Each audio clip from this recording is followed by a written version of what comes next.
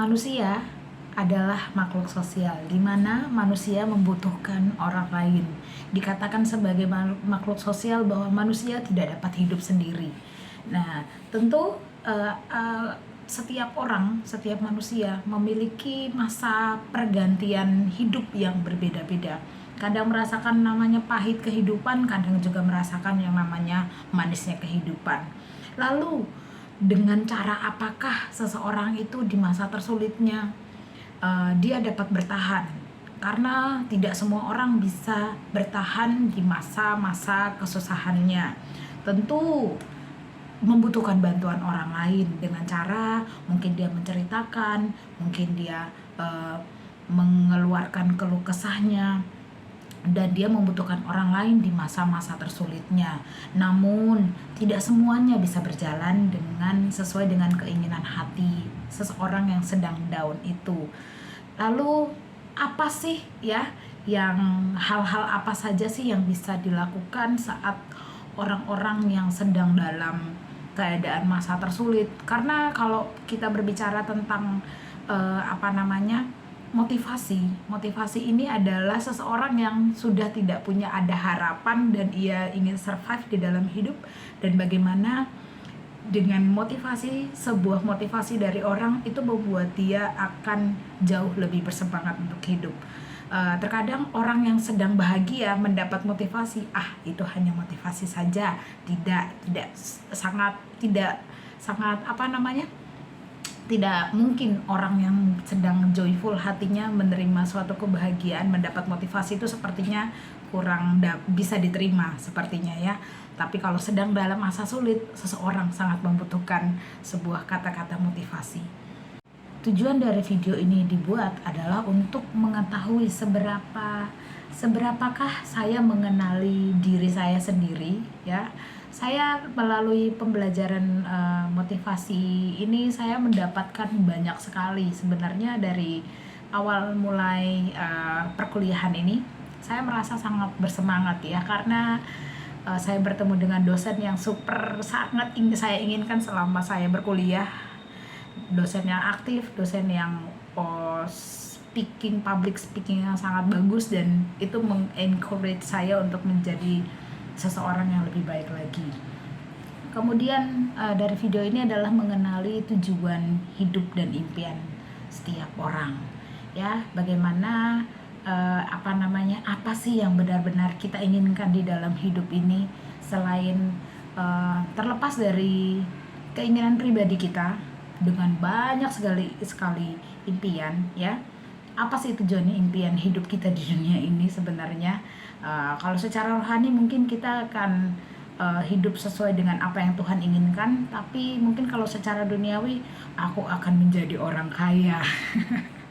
Lalu ada pertanyaan berikutnya, jika tidak ada batasan waktu dan uang, apa yang sebenarnya pengen kamu capai ya? Itu adalah pertanyaan yang dulu pernah juga ditanyakan oleh beberapa teman saya. Apa yang ingin kamu capai sebenarnya kalau nggak ada batasan? Di dunia ini tidak ada batasan waktu dan uang. Sepertinya itu adalah, kalau nggak ada batasan waktu dan uang, apa yang mau kamu capai? Wow, itu sangat mengenai ya, karena setiap kita ya pasti pengen terus dikejar dengan waktu, butuh, hari ini nggak cukup nih, planning aku nggak nyampe nih, besok masih ada waktu lagi gitu ya.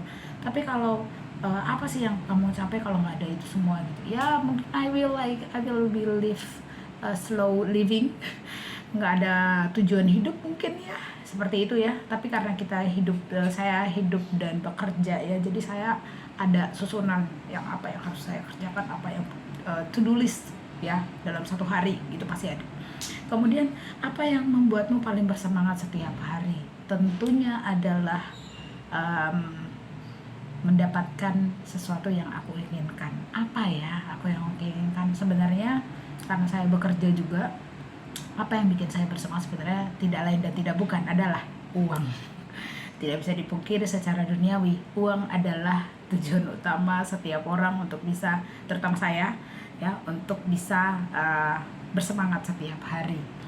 Yang berikutnya adalah mengatasi rintangan Ya, apa tantangan terbesar yang pernah kamu hadapi?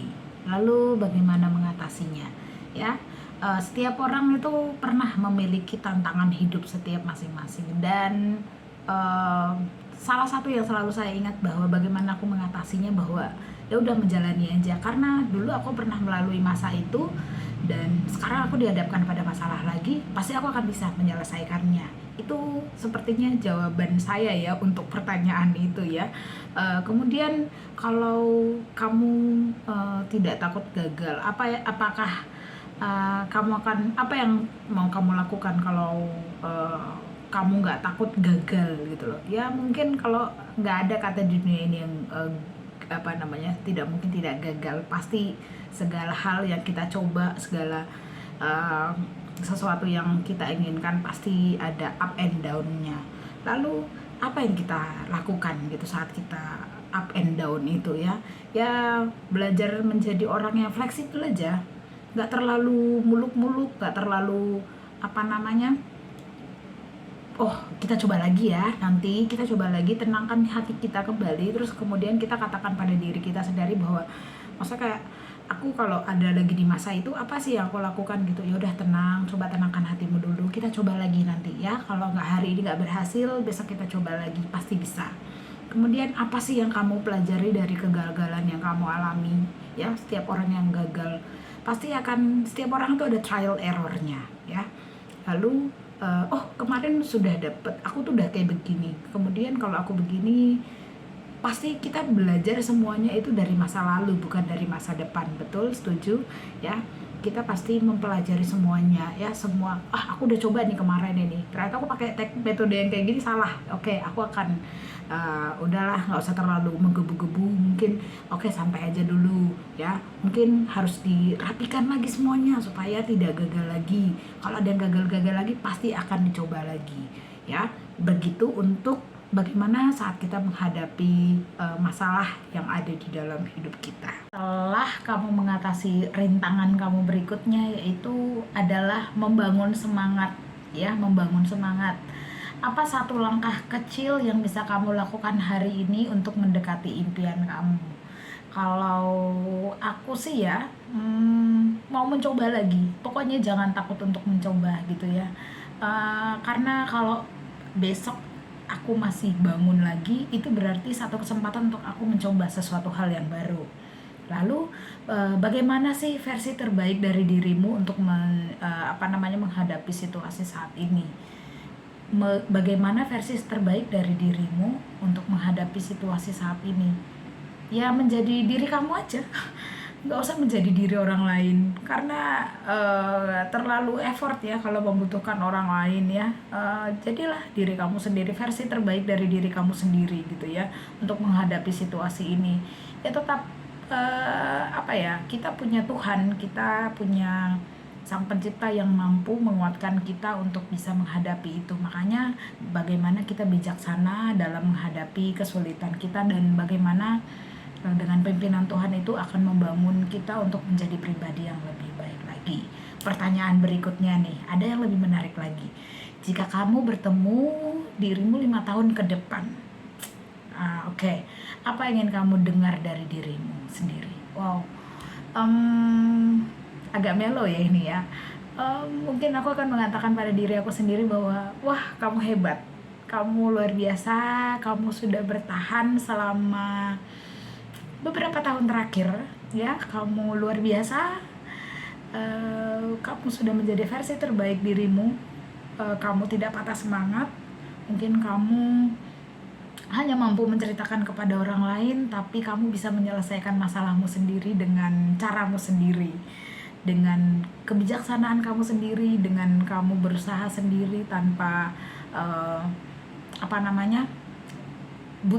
memang kita membutuhkan bantuan orang lain, tapi terkadang orang lain juga menjudge kita ya. Tapi karena kamu punya motivasi untuk diri kamu sendiri untuk menjadi versi terbaik kamu, akhirnya kamu bisa berada di sini di 5 tahun berikutnya.